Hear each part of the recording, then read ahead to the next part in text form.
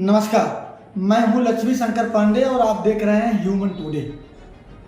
आज हम आपके सामने मुद्दा लेकर आए हैं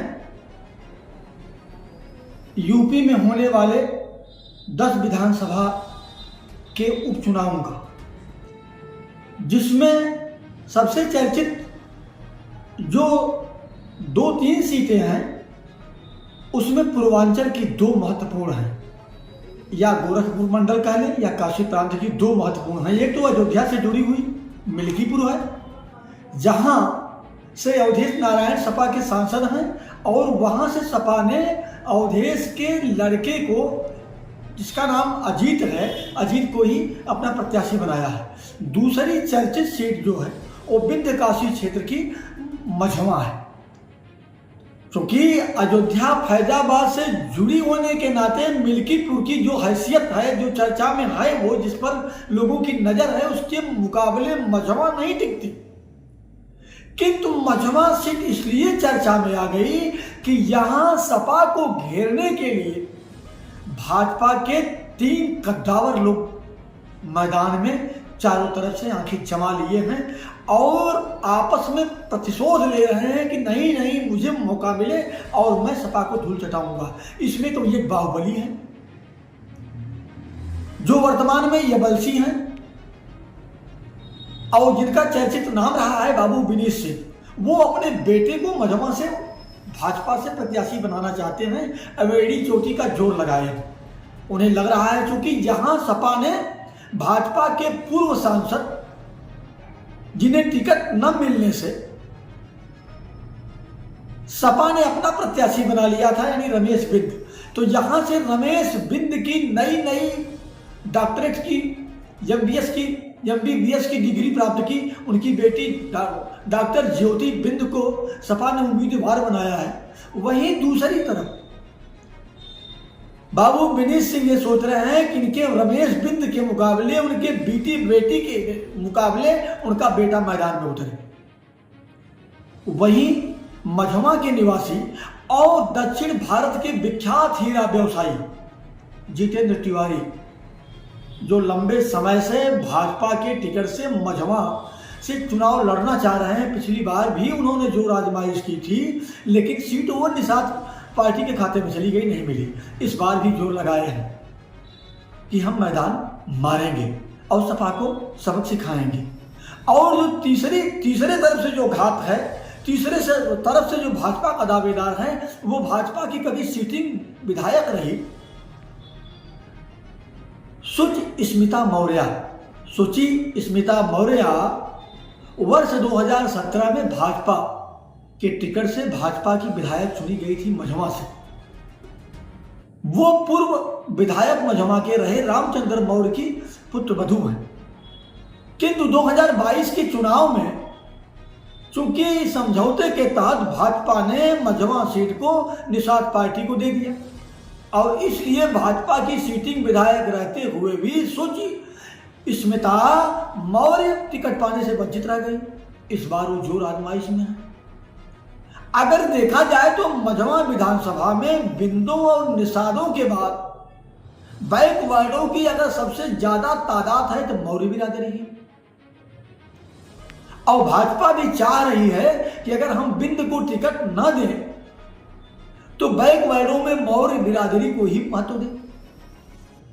मौर्य बिरादरी में एक और चर्चित नाम सामने आ रहा है पूर्व सांसद नरेंद्र कुशवाहा का। नरेंद्र कुशवाहा भी लगे हुए हैं कि हमें भाजपा अपना प्रत्याशी बनाए। हालांकि निषाद पार्टी यह जोर में लगी हुई है कि यह सीट हमें समझौते के तहत मिली है तो हमें मिली रहे और हमारा प्रत्याशी यहां हो। किंतु भाजपा इस मूड में है कि नहीं, इस बार हम मझवा को निषाद पार्टी के लिए नहीं छोड़ेंगे।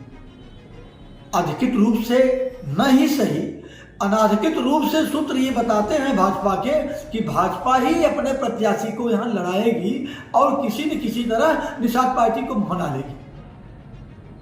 तो चाहे निषाद पार्टी लड़े या भाजपा लड़े, एक तरफ ये तय हो गया है कि रमेश बिंद की बेटी डॉक्टर ज्योति बिंद के मुकाबले भाजपा कभी ये नहीं चाहेगी कि हम किसी कमजोर प्रत्याशी को उतारें, क्योंकि मझमा विधानसभा में सपा के पास खोने के लिए कुछ नहीं है, केवल पाना ही पाना है। क्योंकि लंबे समय से मझमा से सपा दूर रही है, लंबे समय से मझमा से उसके कोई विधायक नहीं मर पाए हैं। रमेश बिंद भी जो लगातार 3 बार विधायक मझमा से रहे हैं, 3 कार्यकाल विधानसभा का मझमा से बिताए हैं, मझमा का नेतृत्व किए हैं। सपा ने उन्हीं की बेटी डॉक्टर ज्योति बिंद को प्रत्याशी बनाया है। लेकिन जब डॉक्टर रमेश बिंद मझमा के सिटिंग विधायक रहते हुए लोकसभा का चुनाव लड़े थे भाजपा से भदोही लोकसभा सीट में, तो वो उस समय पूर्व में बसपा के प्रत्याशी थे, वो बसपा के विधायक थे, सपा के नहीं थे। और उनके बाद वहाँ विधायक सुचि स्मिता मौर्य रही हैं जो भाजपा की विधायक थी, और बाद में उसी सीट पर डॉक्टर विनोद बिंद निषाद पार्टी के विधायक चुने गए, जो बीच में लोकसभा चुनाव में भाजपा के प्रत्याशी बनाए गए भदोही से, और भदोही से भाजपा के सांसद चुन भी लिए गए।